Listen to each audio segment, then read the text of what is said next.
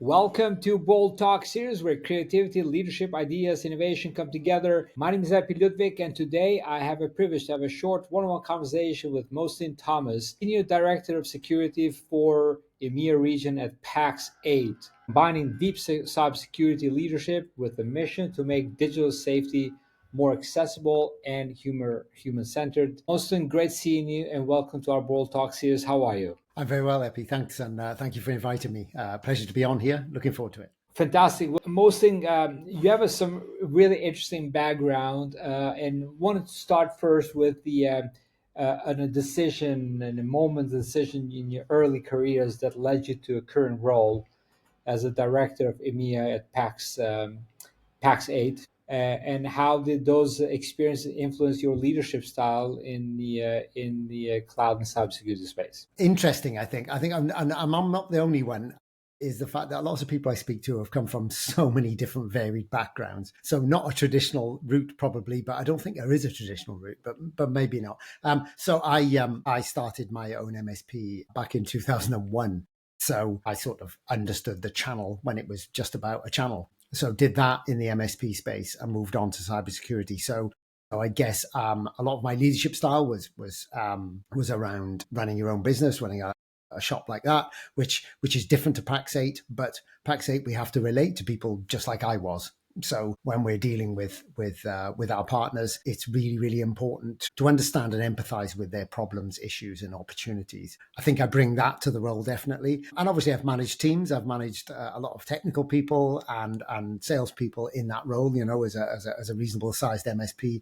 And I also took roles while I was there in some like peer groups. So I was an exec director of Network Group, about 75, 80 MSPs clubbed together and have built something really special here in the UK. And obviously running that, helping to run that is a challenge. Lots of leaders and big egos in the room and big numbers.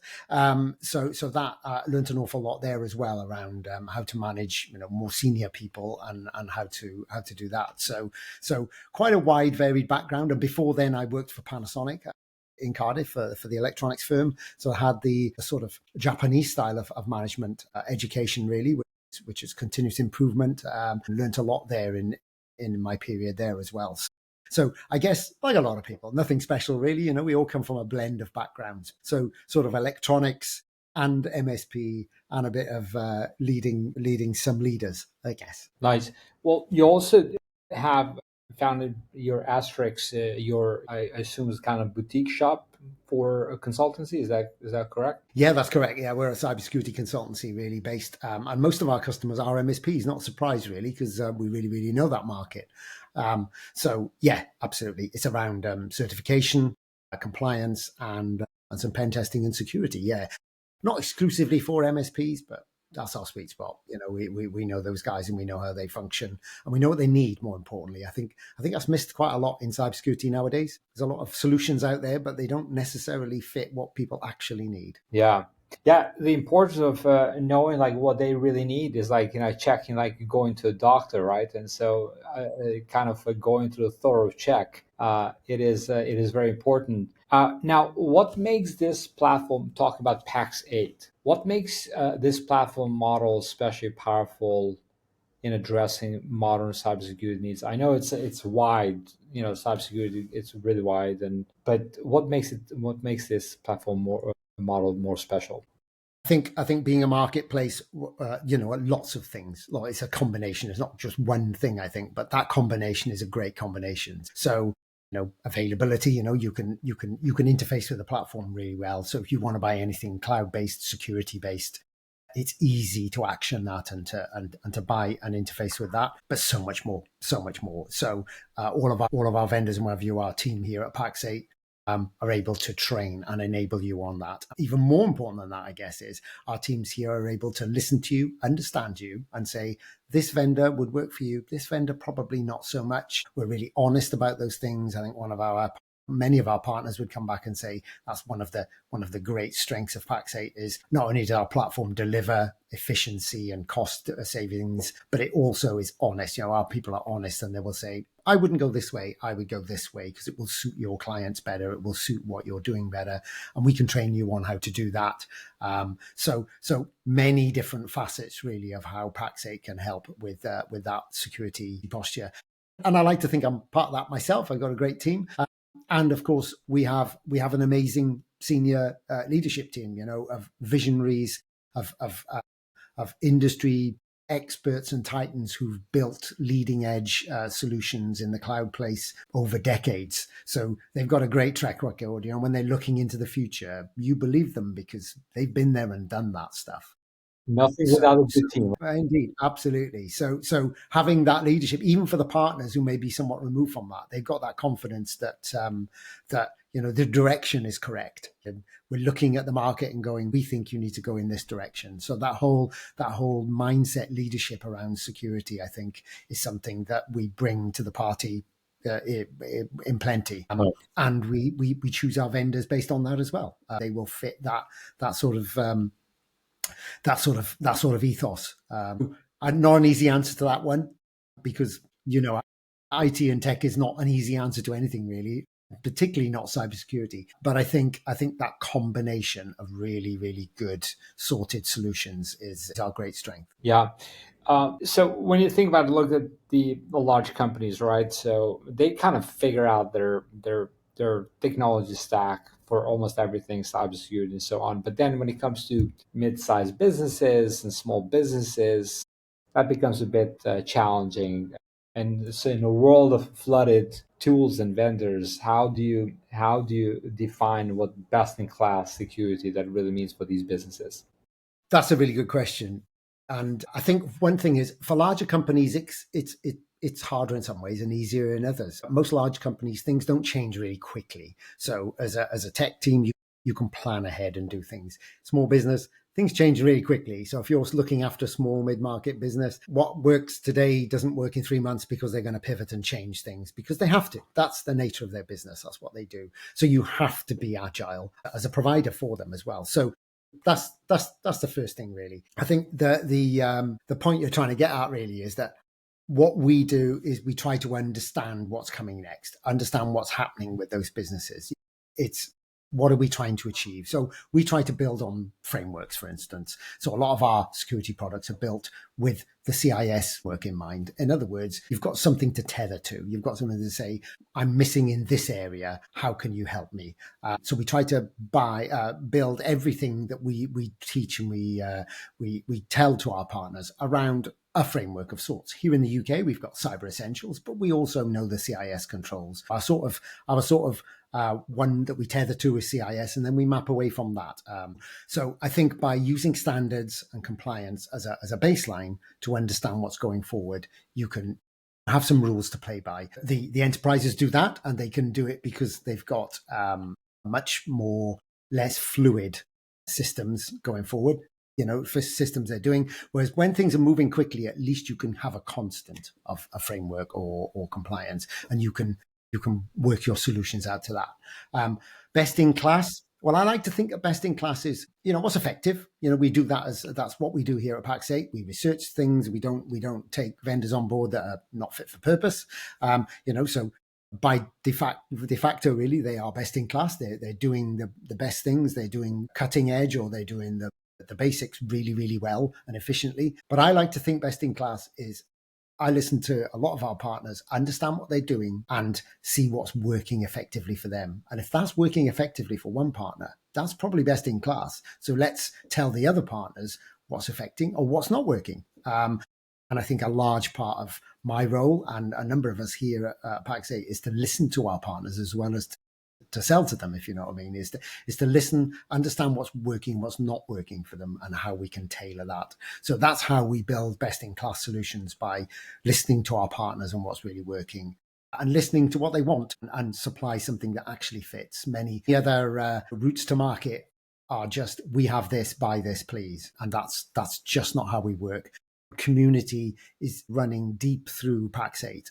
And we don't just say it, we actually live that. Listening to our community is really, really key to us. The emphasizing a partner's success as a core value in a company, and you mentioned about the best in class. How do you, what does it take to embed security into the DNA of partners who may not see themselves as security first? And I believe those ones are probably classified as not best in class, I would say, I assume. Okay, fair to assume. It's tough to, as you say, it's tough to embed that security mindset, is what you're saying, I guess, isn't it? It's around, that's not an easy gig, and I'm not saying it is, but I guess all the best things are never easy. You just got to work at them. You got to work at those things. So I don't think and coming back to community, I don't think there's a cookie cutter solution for fixing this problem. I think you need to understand your community, and they've got different wants, needs, and requirements. So understand those and then fit that to those. So, for instance, we find that education, but proper education through understanding the threats. So a lot of what I do is deliver cybersecurity masterclasses and training sessions, and many of my team around best practice, about what industry standard is, but also then around, what's happened, case studies from the recent past, things in their area, things that affect MSPs, stuff from the dark web, showing what people are being compromised on and what credentials are out there. So real world examples of what's really going on, not fear, uncertainty, and doubt, just really, good information, and telling them then to communicate this to their clients in whatever best way is possible. I think if you communicate with your client and make sure that you say, look, I'm not trying to frighten you here. What I'm trying to do is enable you with the best information I can so that we can be safe and we can thrive in this environment, which is ultimately what their end users, their clients are trying to do. So I think walking the walk, drinking their own champagne, as we say here at Pax8, is important, and doing the basics really well, and being that exemplar to clients, and they will adopt that. It's not an easy one, but I think being consistent helps as well. Consistently doing that. If you've got some kind of way of logging onto your system and it's always two-factor, and someone always challenges you, and someone always does something, and it's consistent, people will take note of that. They will embed that in their. Mostyn, you mentioned about dark web. I'm not going to take the conversation to that, but I heard someone telling me that dark web is just as big as the normal web. I guess it depends on how you define these things. The web is a huge area, yeah, probably is big. I haven't measured anything that way. I've got no stats on that, but it's extensive, to say the least. It's not some niche area. It is extensive. You sort of have the visible web, the deep, and then the dark. The deep web is probably the largest, because that's all those repositories that no one actually knows anything about, servers hidden away and things, not secret, just not advertised on the ordinary web. But the dark web is big enough. It's big enough to cause us a major issue. It's big enough for that element of society that's trying to disrupt or be criminals to thrive in that area. Obviously, there are areas of the dark web that are used for good. If you want to remain secret and you're being oppressed in a country and you're trying to communicate this sort of thing out, that's really how it was conceived, I guess. And that's really, really useful. I don't want to tar everyone on the dark web with that, but unfortunately, the vast majority of people in that area are concealing their identity for a very good reason. Mostly, I would love to take this conversation to a long conversation, but this is a short format. There's one more question I want to go and wrap this up. So you have this increasing conversation around managed intelligent agentic platforms. Where do you see AI intersecting with the next frontier of security operations here? Well, that's a really good question. And we could go anywhere with that one, couldn't we? I mean, right now, I think we're in a bit of an AI arms race. I think, we've got a lot of the manufacturers, vendors who are building XDR products and awareness training products and things like that to help with cybersecurity are building AI into their products. And they're having to, because they are fighting against cyber criminals and organizations who are using AI to craft phishing emails, craft better malware. We've got one side against the other. That's just progressing. as a normal pace, I guess. So these guys have to do that to remain competitive. For instance, in Security Operations Center, if you're not using AI to filter the vast majority of signals coming in, just forwarding the 0.1% through to your security analysts, they would be flooded and never get anything done. AI is being used for good in really, really good ways, but equally, open source intelligence and researching someone so you can go and social engineer them. AI makes that much easier too, of course. So on both sides, it's working. But you talked about agentic future. And obviously, Scott Chasen, our CEO, launched quite publicly the whole agentic inflection point and managed intelligence provider, as you just mentioned. And this future is coming to us quite rapidly. Will we have agents fighting agents, good versus evil?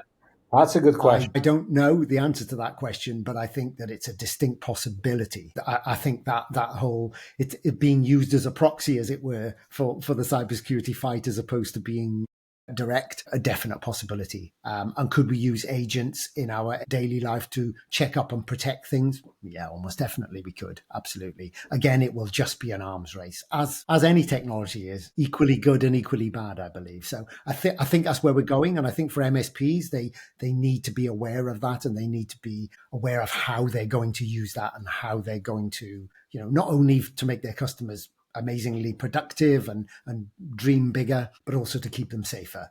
Because why not? Why wouldn't you use an agent to keep them safer when I just said, doing the basics well is really, really effective? Well, if you can get the agent to do the basics really well, all the better. We can concentrate on something else, maybe higher value. So I think that's probably where I see AI agentic future for cybersecurity, but I'm probably not going to declare anything more than 6 months in advance, because this is moving so It's changing fast. Mostyn, what does the word bold mean to you? Bold means confident, I think. Confident would be what I would suggest bold means to me. I love it. Be confident and be bold. Mostyn, great seeing you. Thank you for joining me this Bold Talk series. Looking forward to our next conversation, hopefully with a longer format. To that time, take care, be great, and be bold always. Thanks, Epi. You too.